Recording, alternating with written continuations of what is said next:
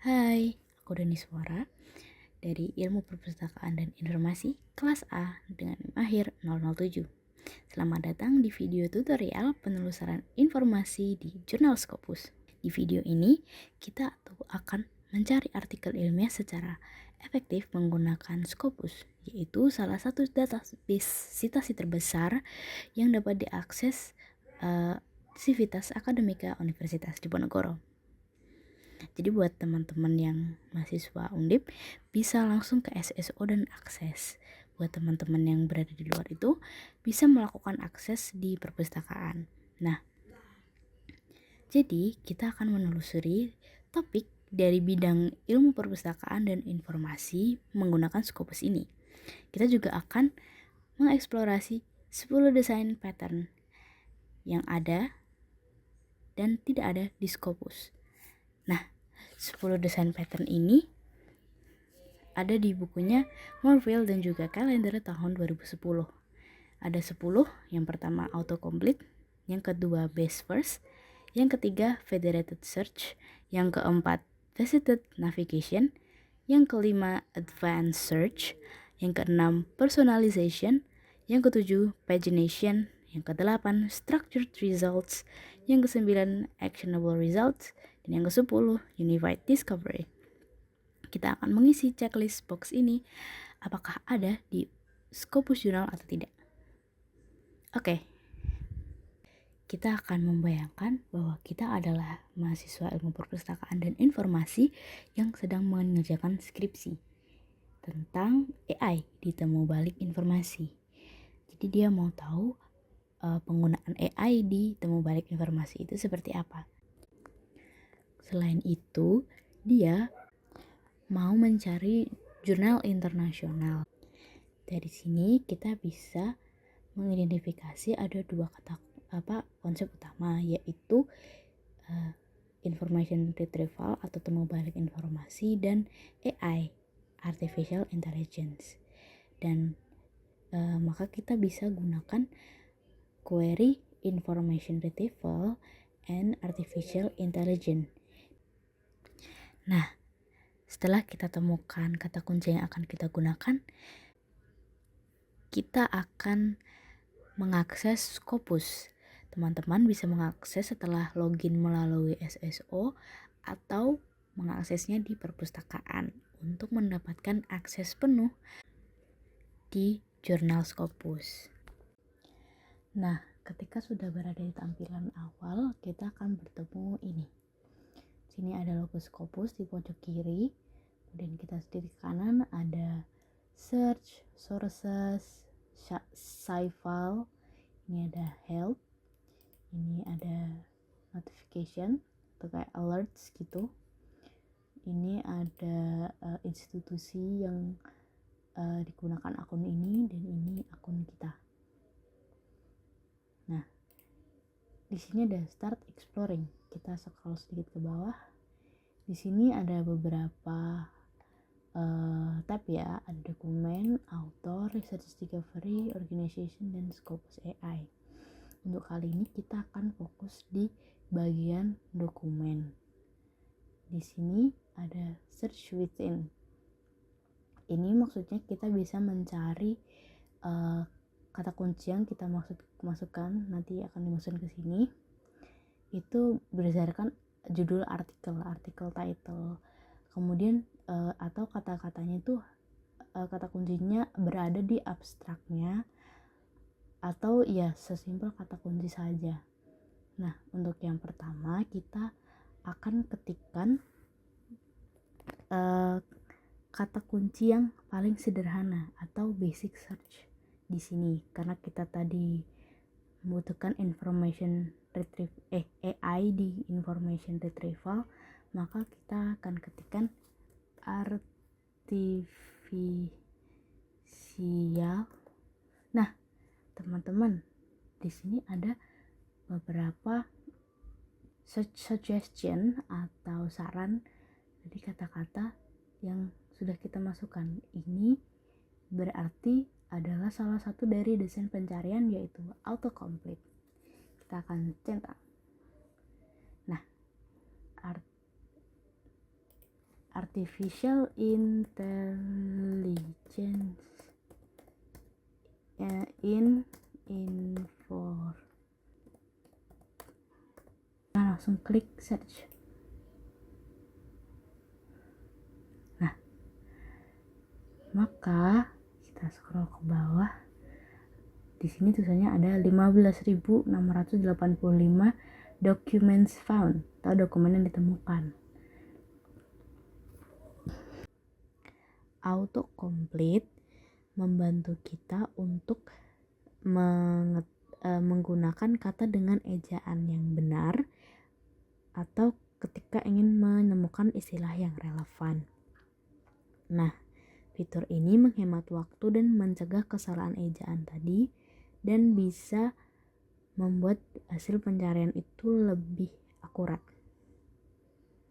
Dari ribuan dokumen ini, Scopus Jurnal langsung mengurutkannya berdasarkan relevansi. Bagaimana kita tahu?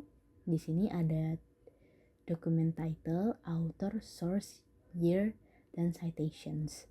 Nah, ini langsung diurutkan dari tahun yang terbaru, tahun 2026, tahun sekarang pada saat video ini direkam. Jadi dia langsung bagian teratas itu yang paling relevan, gitu, yang terbaru dalam kasus ini 2026 semua. Nah, ini merupakan salah satu desain pattern yang disampaikan oleh Morfield dan juga Kalender. Kita langsung centang. Ketika kita melihat detail artikelnya, dia itu akan menampilkan metadata dari artikel ini. Ini ada jurnalnya, terus nah ini detailed information. Di sini ada dokumen type, open access, dan lain sebagainya.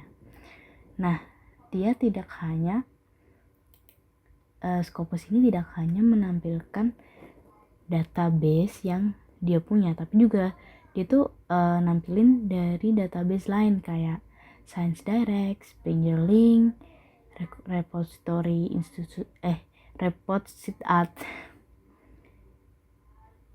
dan repositori institusi yang lainnya. Seperti ini. Kita bisa view at publisher. Mana ya? Sebentar. Oh, di depan ya tadi. Kita kembali. Nah, ini view at publisher. Maka dia akan melakukan redirecting ke publisher utamanya, publisher aslinya. Jadi dia itu kayak menjembatani untuk menuju ke publisher asli dari artikel ini. Jadi ini tuh disebut dengan design pattern, yaitu federated search. Kita akan lanjut ke yang namanya filter. Jadi kita bisa gunakan filter untuk mempersempit hasil dari 15.000 dokumen yang ditemukan ini. Nah, kita bisa memfilternya sesuai tahun, author, subjek area, tipe dokumen, sumber, publication stage, keyword, filiasi. Ini masih banyak lagi ya, ada bahasa juga ini, dan ada akses. Kita akan memfilternya berdasarkan tahun 5 tahun terakhir ya. Jadi dari 2021 to 2026. Dan kita subjek areanya pilih yang social science here. Nah, ini limit tuh. Kalau exclude berarti social science-nya tidak dimasukkan di hasil dari subjek areanya. Nah, dari hasil ini kita sudah bisa mempersempitnya dari 15.000 menjadi 1.012. Nah, ini adalah salah satu contoh dari faceted navigation, yaitu desain pencarian yang dia itu bekerja menyaring menyaring metadata dokumen yang dipilih ini tadi. Nah, mari kita langsung centang saja. Nah, kemudian teman-teman, ketika sudah muncul hasilnya seperti ini judul-judulnya, kita bisa langsung melihat abstract atau related document atau view at publisher. Nah, seperti ini ya tampilannya. Selanjutnya, kita akan mencoba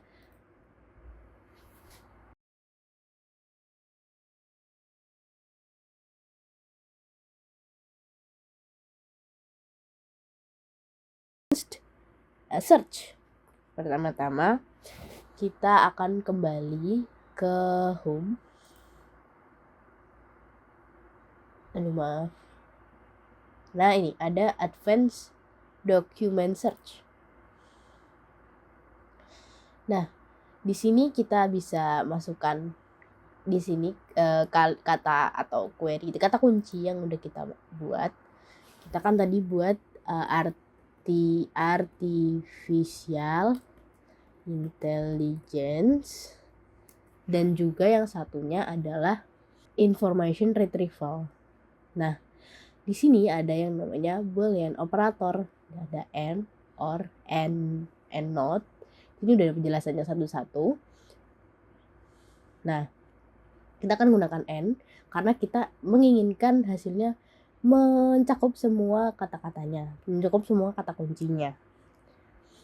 Jadi teman-teman bisa explore di Scopus masing-masing. Untuk kali ini aku mau nunjukin N, kan artificial intelligence dan information retrieval. Nah, ini karena ada 2 string yang berbeda, kita tinggal tambahkan ini N. Nah, ketika dia diketikkan tambah, maka akan muncul muncul N di sini secara otomatis. Nah, oke, sekarang kita langsung klik search.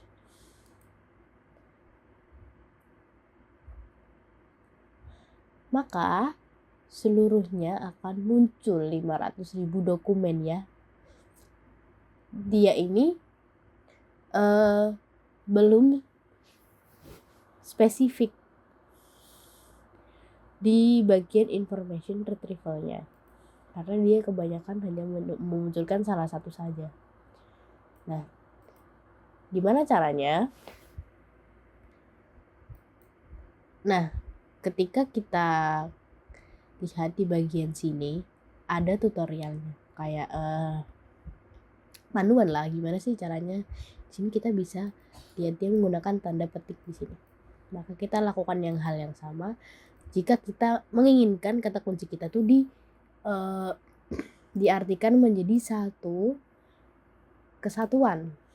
Jadi artificial intelligence dan information retrieval itu harus ada.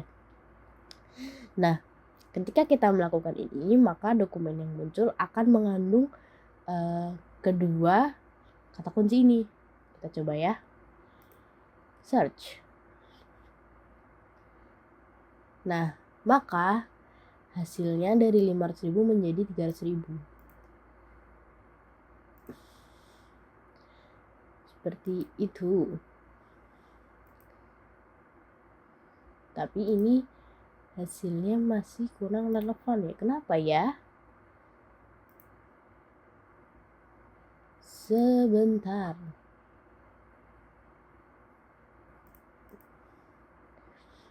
Ini muncul keduanya. Sepertinya kita harus menyalakan filternya juga. Kita urutkan berdasarkan relevansi. Dan kita pilih social sciences. Gitu. Kemudian karena dia membutuhkan artikel, maka kita akan klik artikel, yaitu artikel. Nah, seperti ini ya. Maka dia akan langsung muncul sesuai dan relevan dengan yang dibutuhkan oleh mahasiswa yang membuat skripsi tadi itu ya. Nah, ketika hal ini dilakukan, maka kita bisa menemukan dokumen yang paling kita butuhkan atau yang paling relevan. Tapi ini masih tahunnya masih tahun yang lama, jadi kita masukkan tahunnya 2021, 2026, 5 tahun terakhir. Nah, maka dia akan muncul. Nah, seperti ini. Ketika sudah melakukan dokumen ini, nah teman-teman, ketika sudah menemukan hasilnya, kita akan scroll ke bawah, bagian bawah. Nah, kita lihat ini ada 1, 2, 3, 4, 5, titik-titik 200 previews dan next. Ini adalah desain pencarian yang dinamakan pagination. Nah, jadi kita bisa melihat di sini ada lanjutan atau kayak dia tuh menampilkan hasilnya 10-10 ya, display 10 result sini. Nah, kita bisa memilih mau berapa result per halamannya. Nah, kita coba 200 result. Nah, maka dia akan muncul 200 result ke bawah. Hal ini tuh dilakukan supaya websitenya itu enggak overload atau enggak tidak lambat dalam memunculkan hasilnya. Jadi dibuatlah halaman-halaman seperti ini atau pagination. Nah, sekarang kita bisa tentang desain pencarian, advanced search dan juga pagination.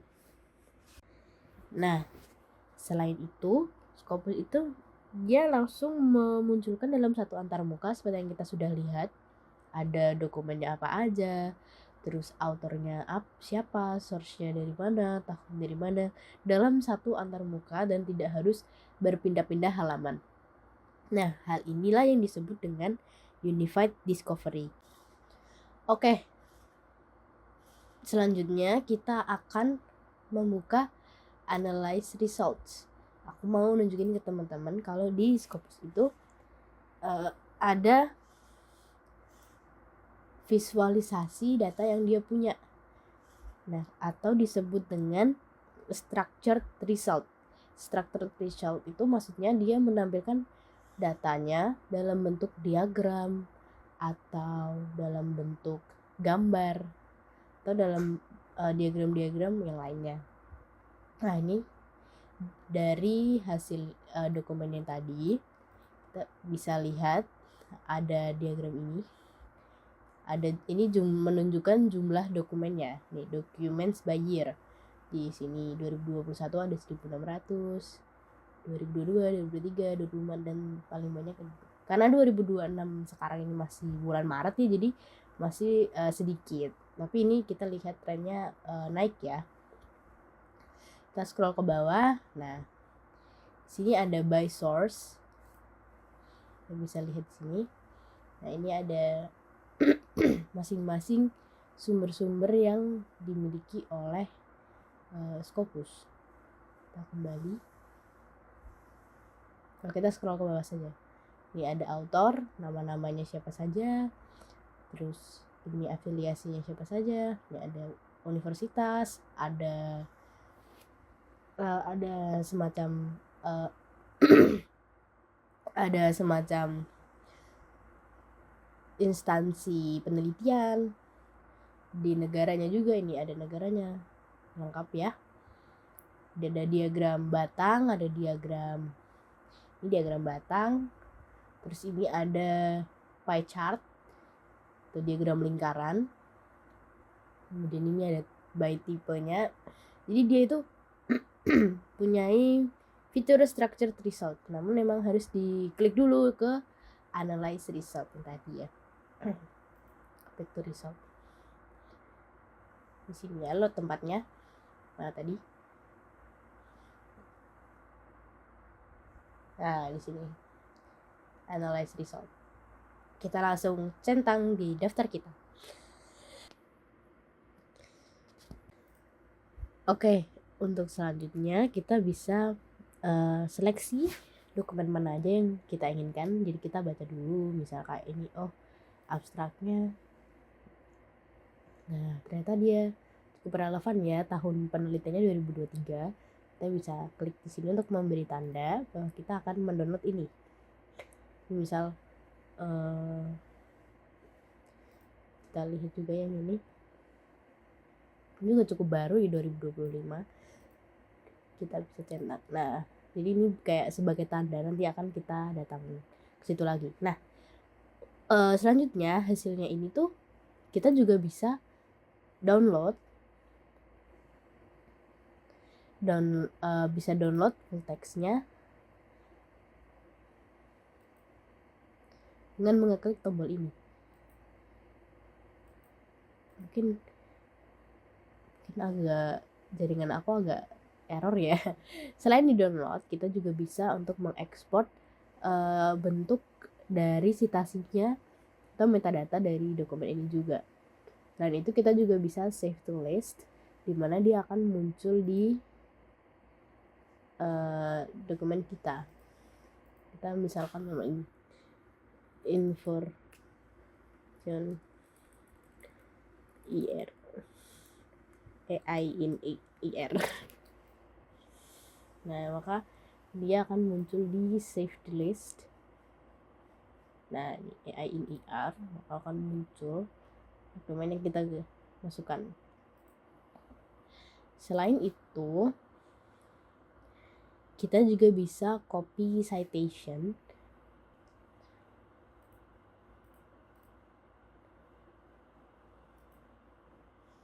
Nah, ini copy citation, ini menunya di sini. Jadi kita bisa langsung citation information di sini semua. Ini disebut dengan actionable results. Jadi hasilnya itu kita bisa lakukan aksi. Dalam hal ini download full text atau download citasinya. Seperti itu, kita centang.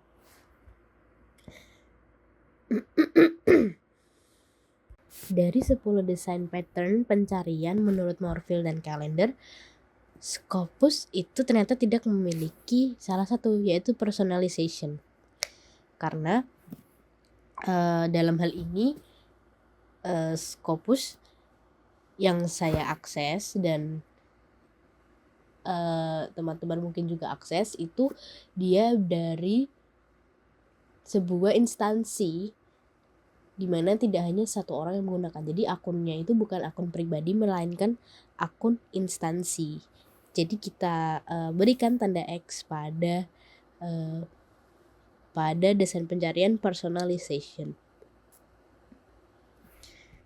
Personalization itu apa sih? Jadi tuh dia itu kalau ada misalnya di Google, itu kan ketika kita melakukan pencarian maka akan muncul algoritma yang sesuai dengan penggunanya. Misalnya kita mencari buku, toko buku terdekat toko buku ini, maka akan muncul sesuai dengan lokasi penggunanya, sesuai kotanya atau sesuai area rumahnya dia gitu. Oke teman-teman, itu tadi adalah hasil adalah sebuah tutorial kecil sederhana bagaimana cara menggunakan Scopus Journal. Oh iya, aku melupakan satu hal. Ada yang dinamakan Scopus AI di sini. Jadi ketika teman-teman mau bertanya atau ekspor topik di sini, kita bisa langsung ketikkan apa yang kita ingin tahu dan klik enter di sini. Oke, sekarang harusnya sudah semua yang aku ingin sampaikan ke teman-teman. Kita sudah mengeksplor 10 desain pencarian, dan yang tersedia di Scopus ada 9. Autocomplete, best first, federated search, faceted navigation, advanced search, pagination, structured results, actionable result, dan unified discovery, yang termasuk fitur AI tadi yang aku tunjukin tuh. Nah, Desain pattern yang tidak ditemukan adalah personalization, bukan karena kekurangan fitur, tapi tuh karena sebenarnya ini tuh database akademik dan mengutamakan objektivitas dari hasilnya. Jadi Scopus itu memang menomorsatukan objektivitas dari kajian-kajian yang dimiliki Scopus. Nah, selamat mengeksplorasi Scopus lebih dalam lagi. Semoga teman-teman mendapatkan manfaat dari tutorial kecil ini. Bye-bye.